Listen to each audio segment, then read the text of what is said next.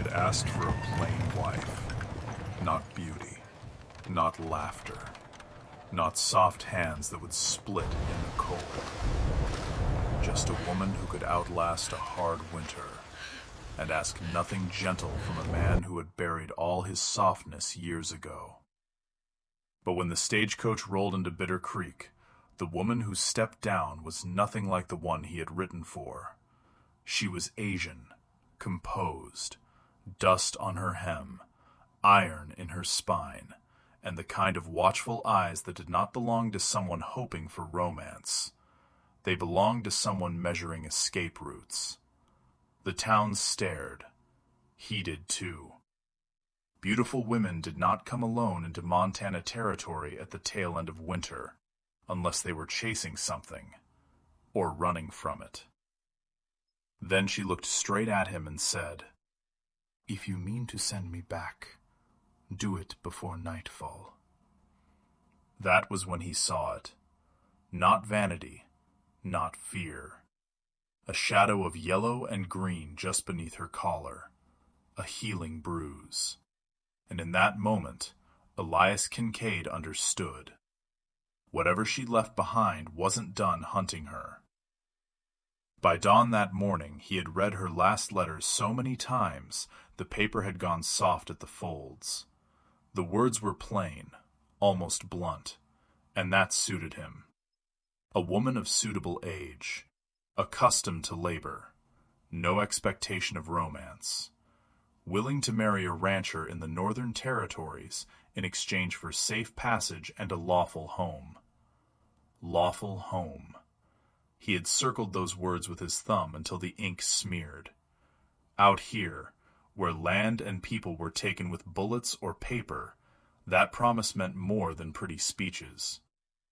He shaved with a dull blade, washed in water chipped from ice, and pulled on the cleanest shirt he owned. It still carried a patch at the shoulder where a steer had dragged him last spring. It would have to do. Elias knew what he was. 38, wind-carved, nose broken once and never quite right again. A man made of long winters and bad bargains. He did not expect to be any woman's dream. He hadn't asked to be. He saddled the bay gelding in the blue hour before sunrise. Frost crusted the corral rails. The sky over the Gallatin Range hung low and pewter, promising more snow. For a moment, he paused on the porch, listening to the silence breathing inside the cabin. Big, empty, familiar. If the letter had not lied, that quiet would end today. The ride into Bitter Creek was 12 miles of frozen ruts and thin wind. Sagebrush wore a skin of ice.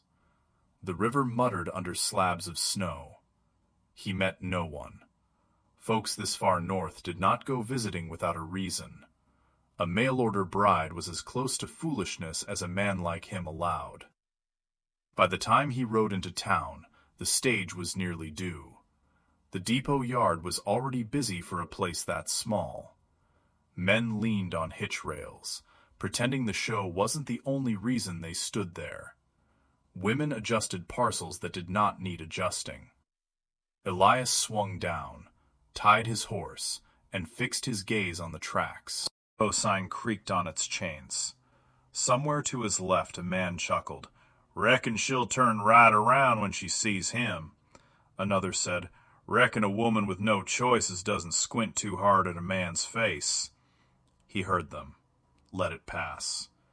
He had not written for pity.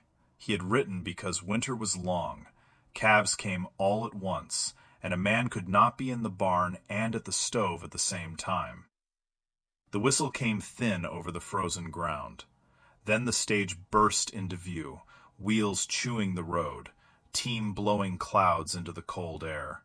It groaned to a stop before the depot. Dust settled. Doors opened. Passengers climbed down. A preacher with a tired Bible, a clerk with ink-stained fingers, a woman herding 2 sleepy children. Then her. Gray traveling dress, plain hat, boots scuffed by miles. The clothes were simple enough to disappear. On her, nothing did. Straight black hair coiled tight beneath the hat, high cheekbones carrying the story of another shore.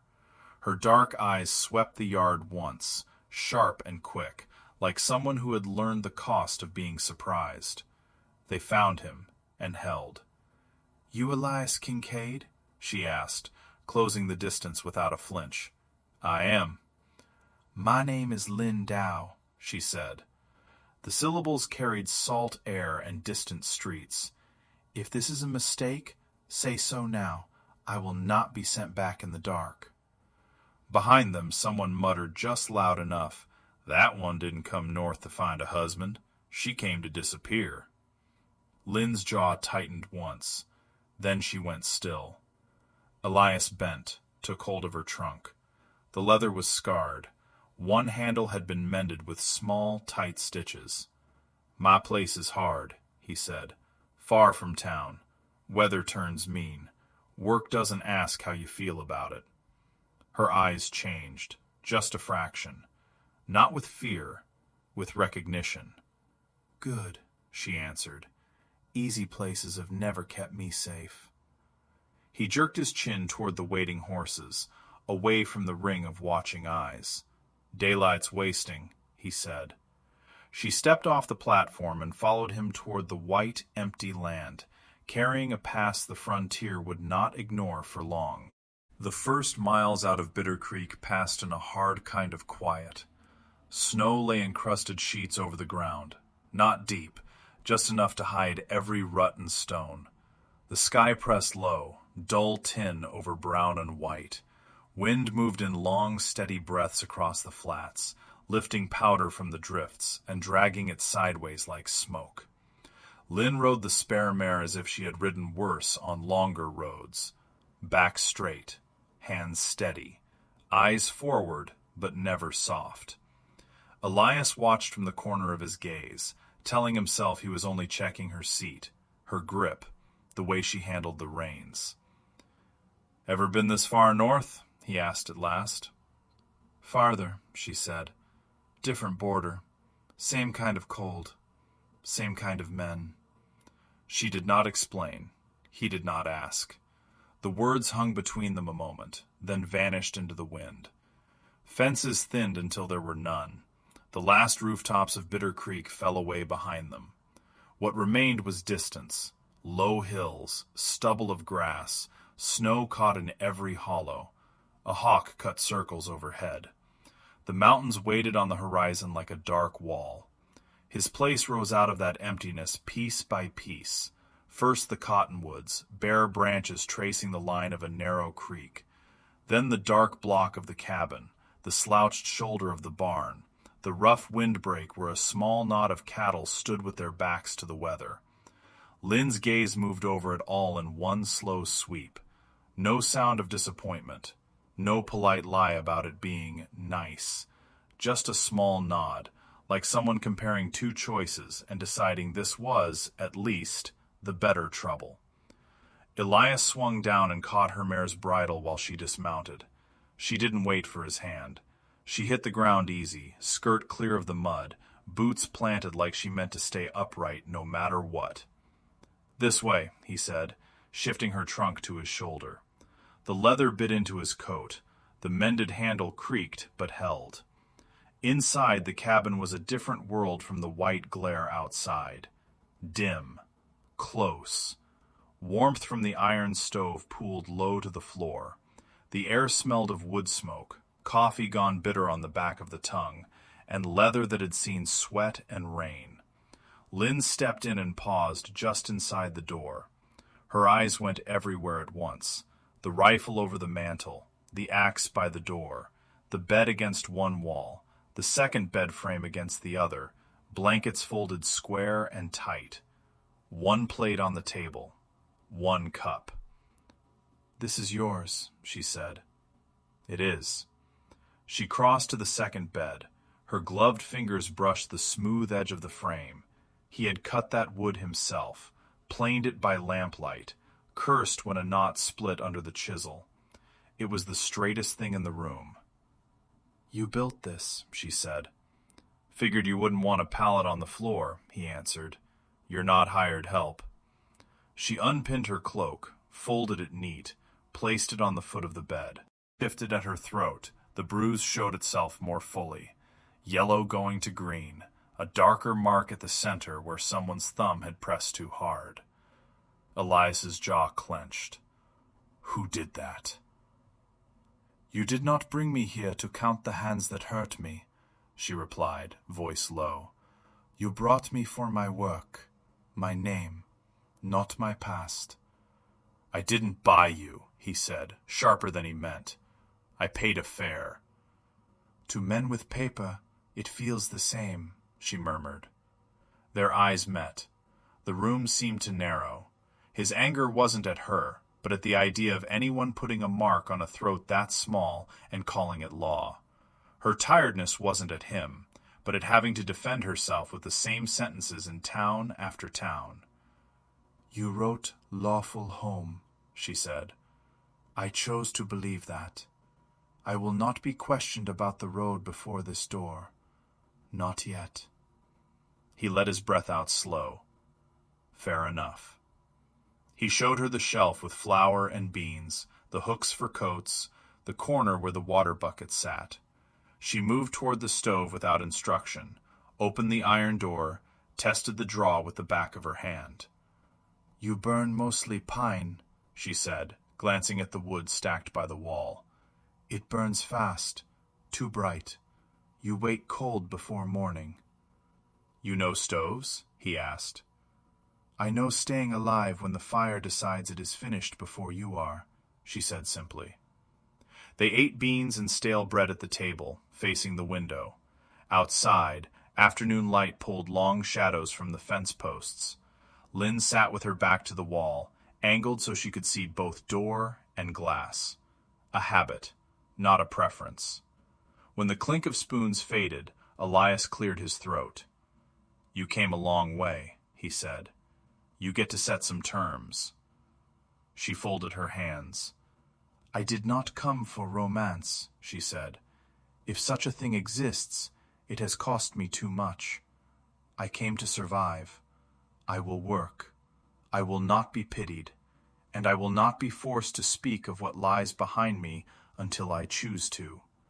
If that is a problem, say it now. I traveled here once. I can travel again. He thought of the empty winters, the way the cabin had echoed with just his boots in the wind, the bruise at her throat, the way she'd said, travel again, like it meant run. It's not a problem, he said quietly. While you're under this roof, you leave when you decide, not when some man with a signature decides. That's my line. The rest will work out. Something shifted in her face, quick as a spark in ash. Protection, she repeated. From what? Out here, he said, glancing toward the door. From the land. From the kind of men who think land and women are both theirs if they push hard enough. She considered that, then gave a short nod. Then we work, she said. That night, when the sky went black and the wind rose, the cabin sounded different. The same old boards, the same old stove. The usual creaks and sighs were new noises. The soft rustle of someone turning in the other bed. The faint step as she got up once to check the latch. The long, controlled breaths of a person teaching their body not to flinch at every sound. For the first time in years, Elias did not feel like the quiet was eating him from the inside. It felt shared. He closed his eyes, not knowing that somewhere beyond the cottonwoods, a black-coated rider was already asking directions to a ranch where a woman named Lynn had decided she was done being owned. The next days did not make them closer. They just made them necessary to each other. Morning came gray and sharp. Frost needled the window glass. Elias woke to the sound of movement that wasn't his. Soft steps, the click of the stove door, the low sigh of new kindling catching. For a disoriented second, he thought of the war, of tents and other men's breaths in the dark. Then he saw the cabin roof above him and remembered. He was not alone because of orders. He had chosen this. Coffee scent reached the bed before the light did. When he stepped out of his room, Lynn was already by the stove, hair tied back, sleeves rolled. The gray dress looked the same, but the way she wore the space around her did not. The table was cleared. The floor had been swept. His one cup and plate stood clean and upside down on a folded cloth that had not been there yesterday. "You don't have to," he started. "I do," she said without turning. "Work makes walls feel less like cages." He let that sit. They settled into a rhythm without naming it. She learned the well, the stubborn pump handle that needed a kick at the right angle, the way the path iced slick in the shadow of the cabin. He watched her shoulders the first time she leaned over that dark circle of water, the way she braced one boot on the stone rim, ready to spring back if anything moved below. Nothing did, except her reflection. Inside, she moved through his life with quiet precision. A blanket shaken out on the line at the first hint of sun.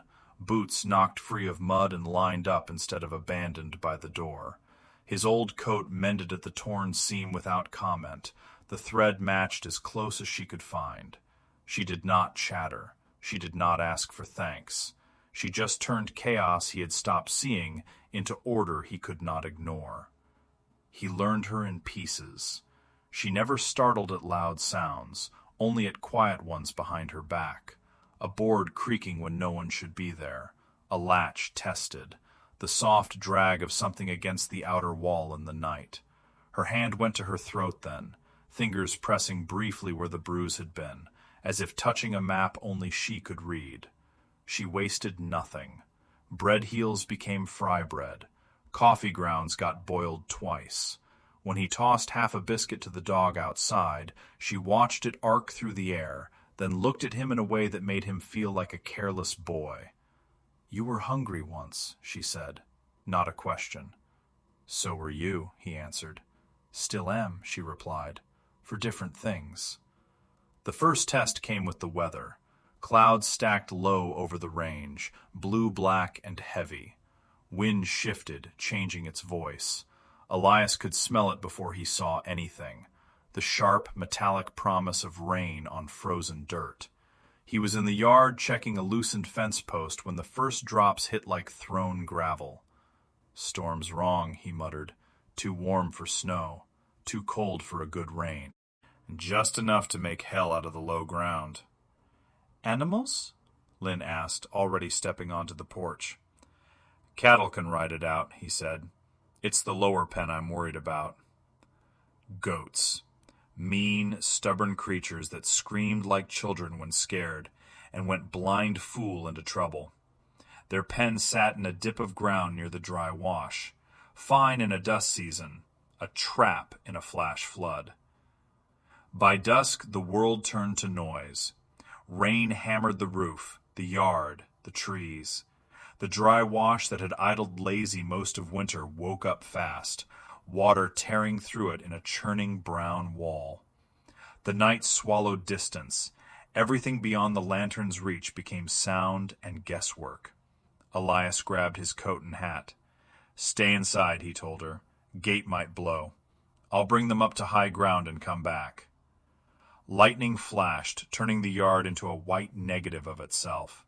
In that brief blaze, he saw the lower pen already taking water. He pushed the door open into the storm and nearly ran straight into her.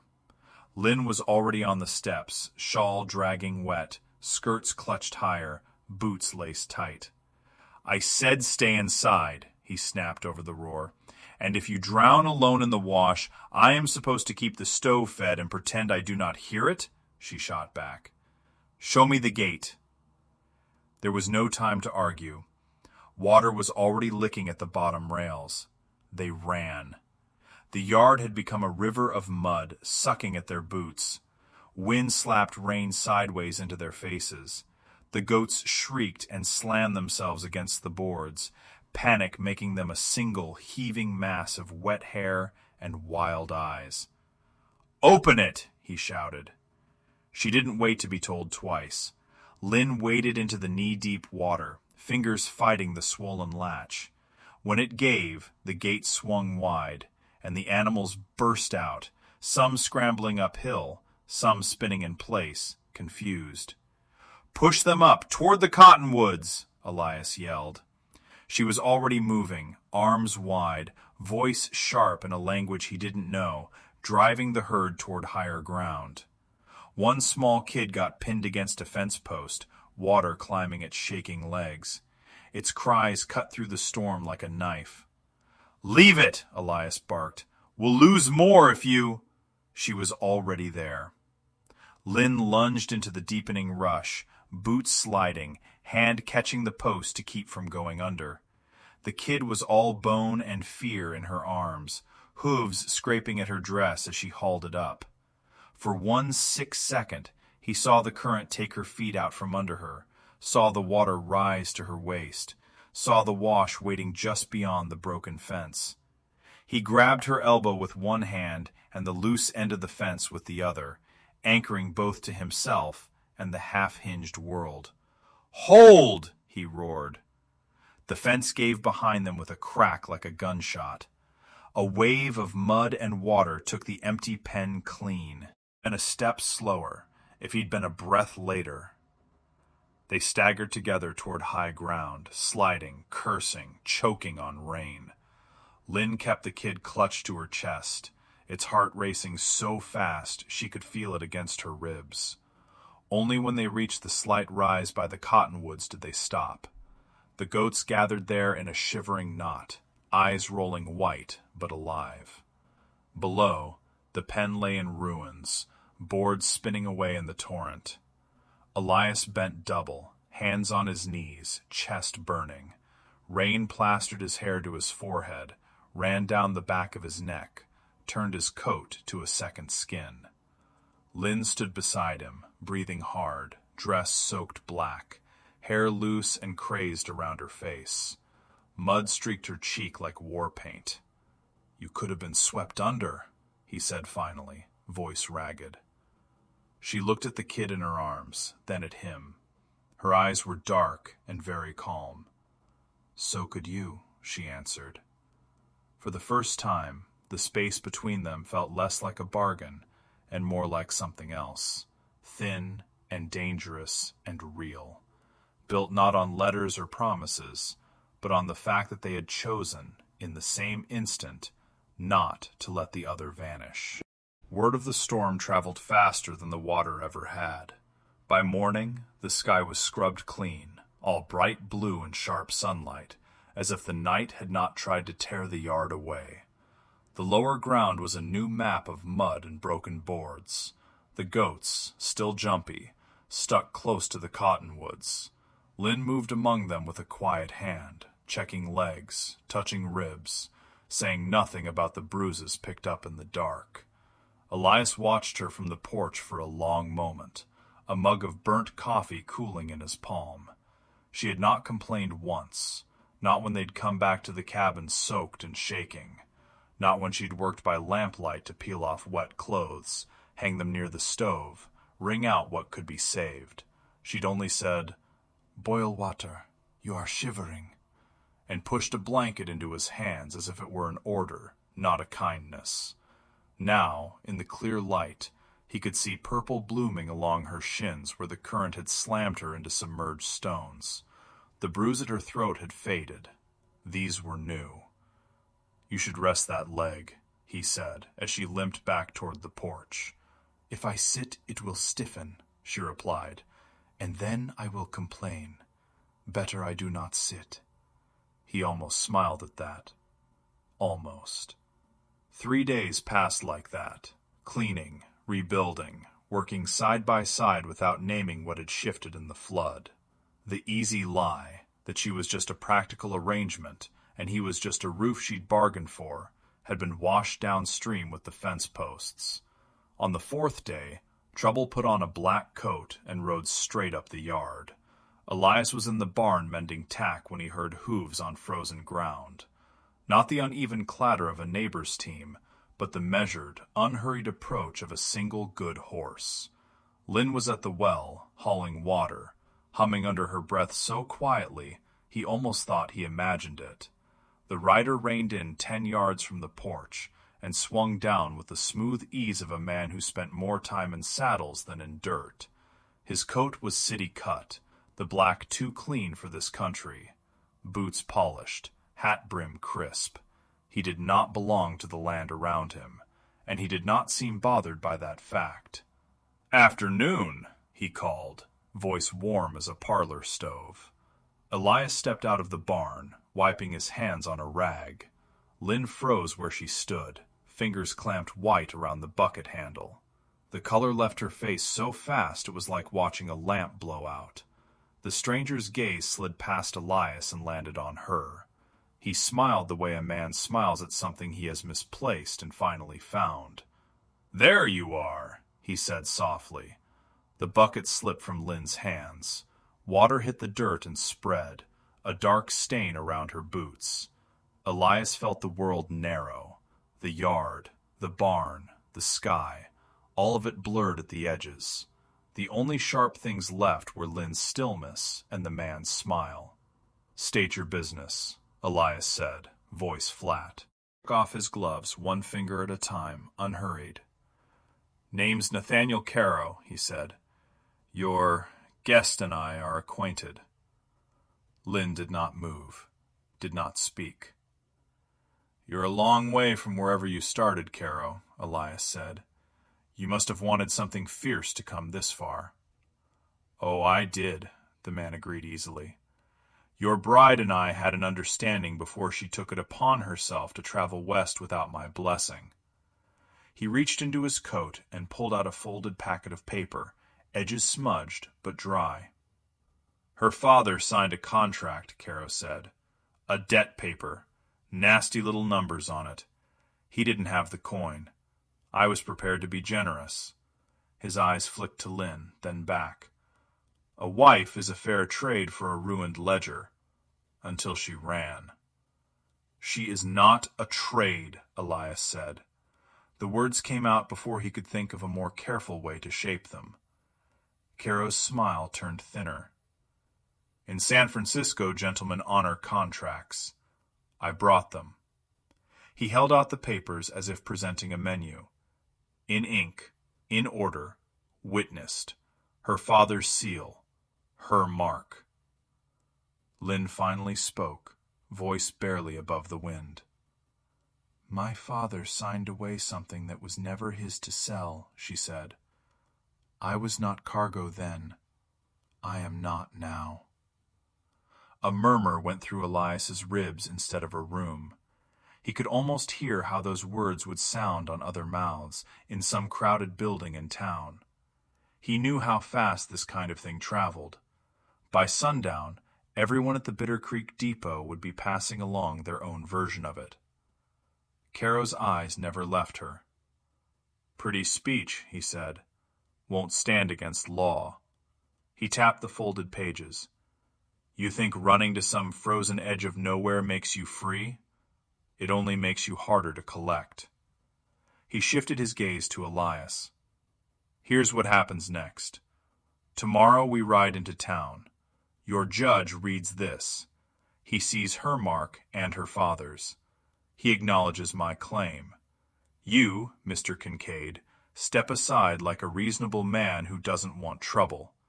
I take what's mine, and you go back to your goats and your quiet, none the worse for wear." "And if I don't?" Elias asked. Caro's smile didn't reach his eyes. "Then the sheriff spends his winter sorting out a mess that doesn't need making." Lynn's fingers dug into her palms hard enough to leave crescent moons. "You would drag me back," she said, "to a house where doors bolt from the outside, to a life written on the back of an unpaid bill. That is your understanding?" "You ate food bought with my coin," Caro said, tone suddenly colder. "You wore dresses my money paid for. You slept under roofs my name secured. Debt clings, Miss Dow, until it's cleared." His gaze sharpened. "Or claimed." Elias stepped forward, putting himself fully between them now. The distance was small. The choice wasn't. "She's under my roof," he said slowly. "Under my protection. You don't claim folks out here like strays you tagged back east." Caro's jaw twitched. "Arizona territory doesn't care how you say things, Kincaid. It cares what's on paper. And on paper, she belongs to me." The old rage that Elias thought the war had bled out of him stirred like something waking in a pit. Men who thought paper was permission had cost him more than land before. "You bring your paper," he said. "We'll bring ours." Caro laughed once, sharp. "You don't have anything that can touch this." He shook the contract. "But by all means, waste your time trying.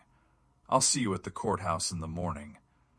He tipped his hat to Lynn like they were meeting at a dance and not on the edge of a fight, then swung into the saddle and rode back the way he'd come, coat dark against the pale land. They watched him go until he was a speck and then nothing.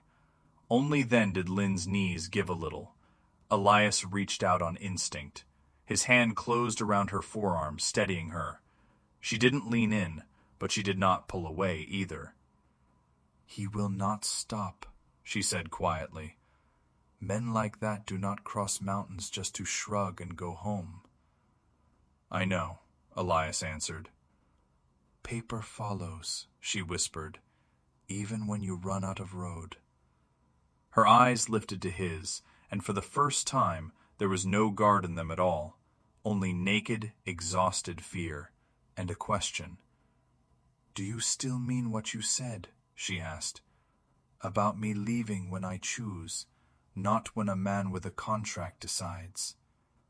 He held her gaze. The next words would cost him. Land, reputation, whatever peace he had left.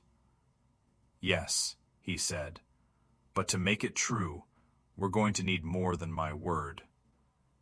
And in that moment, with the muddy yard at their feet and the echo of hoofbeats still hanging on the air, he decided exactly how far he was willing to go to turn one hunted woman into someone no paper could drag back. He did not sleep that night. The cabin was quiet, too quiet for the storm turning over in his head.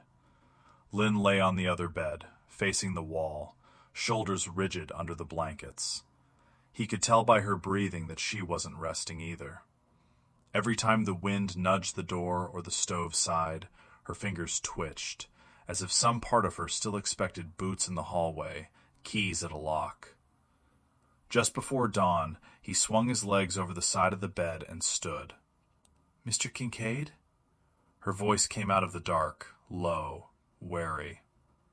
"Name's Elias," he said, "and I'm going to town." Silence stretched. "You will show the judge his paper?" she asked. "Hope he is kind?" "No," he answered.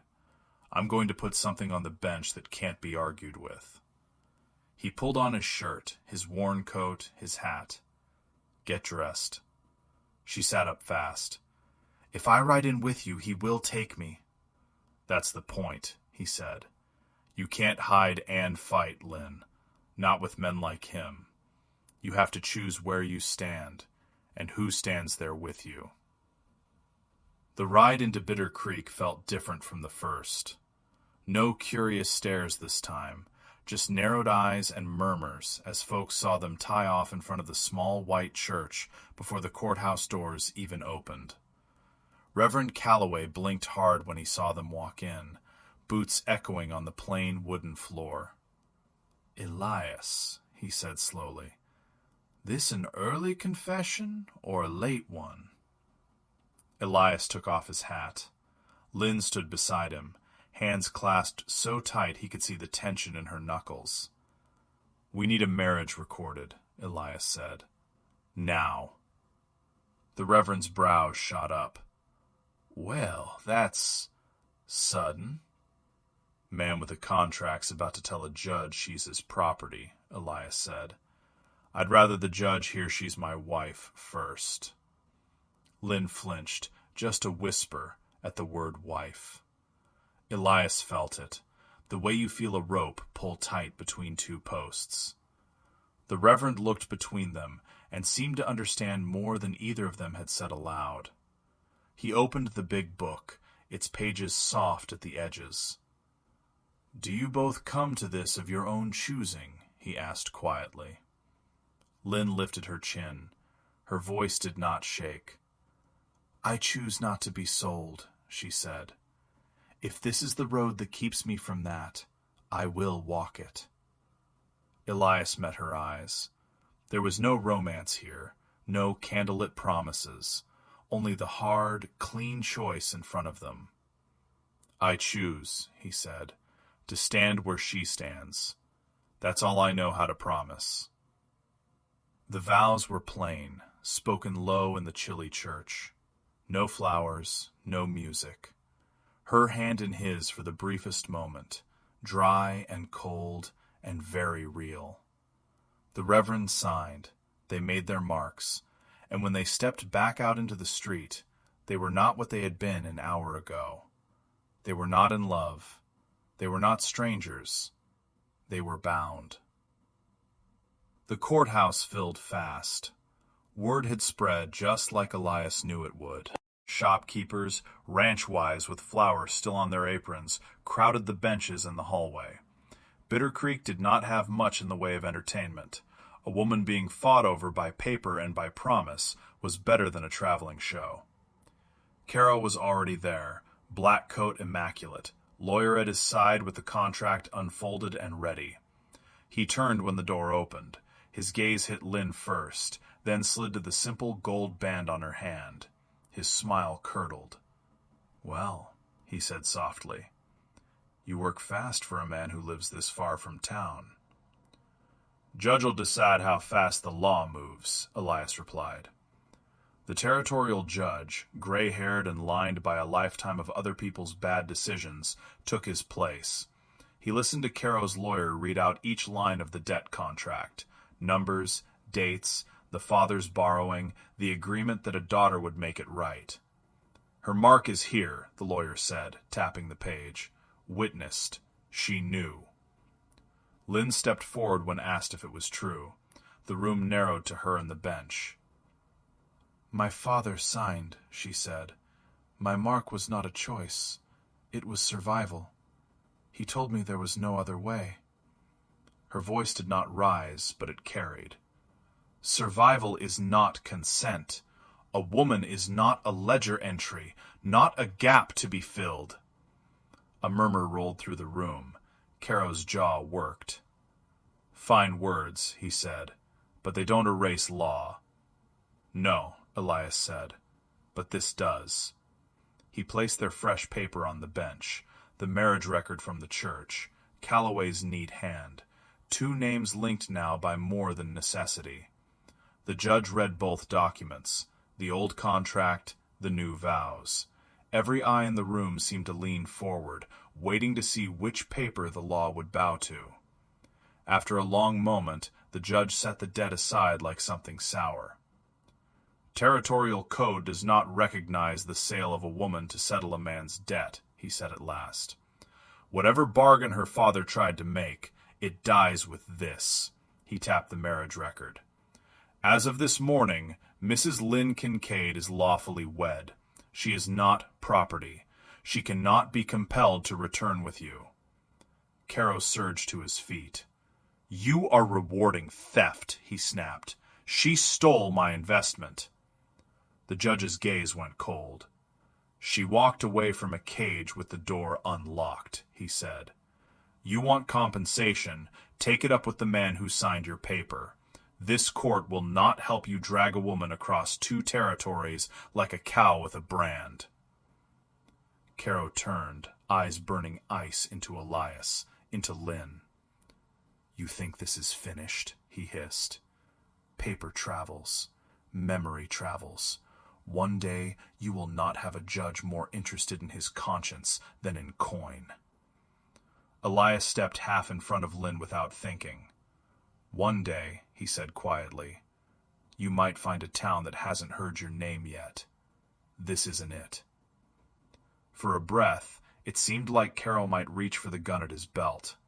He saw the faces in the room, the miners, the ranchers, the women who'd come a long way to make their own lives. None of them looked on his side. He shoved the contract back into his coat and stalked out, fury moving ahead of him like heat. When they stepped into the winter sun, the crowd followed.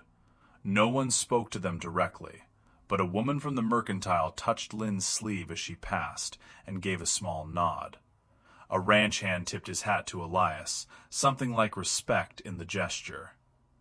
On the ride home, neither of them said the word married. Lynn held the reins steady, eyes on the road, jaw tight. The gold band on her finger caught the pale light now and then, startling her like a flash of something she'd forgotten she carried. Back at the cabin, she paused on the threshold. "This is different now," she said. "It is," Elias replied. "I did not come for a husband," she said. "I didn't send for a beautiful woman with trouble at her heels," he answered. "Yet here we are." For the first time, the corner of her mouth twitched, a ghost of something that might one day be a smile. Weeks later, the worst of winter cracked. Thin green pushed up in the small patch of dirt she claimed behind the cabin, stubborn as she was. Curtains she had sewn from an old flour sack stirred at the window. The sounds in the house had changed, the clink of 2 cups, the low murmur of voices working through the day's plans. Once in a great while, a short, surprised laugh. One evening they sat on the porch steps, watching the last light pour over the cottonwoods. The air still held a bite, but it no longer threatened. Goats moved lazy on the higher ground, none of them remembering the night the water tried to take them. Lynn leaned her shoulder against his, just enough to be felt.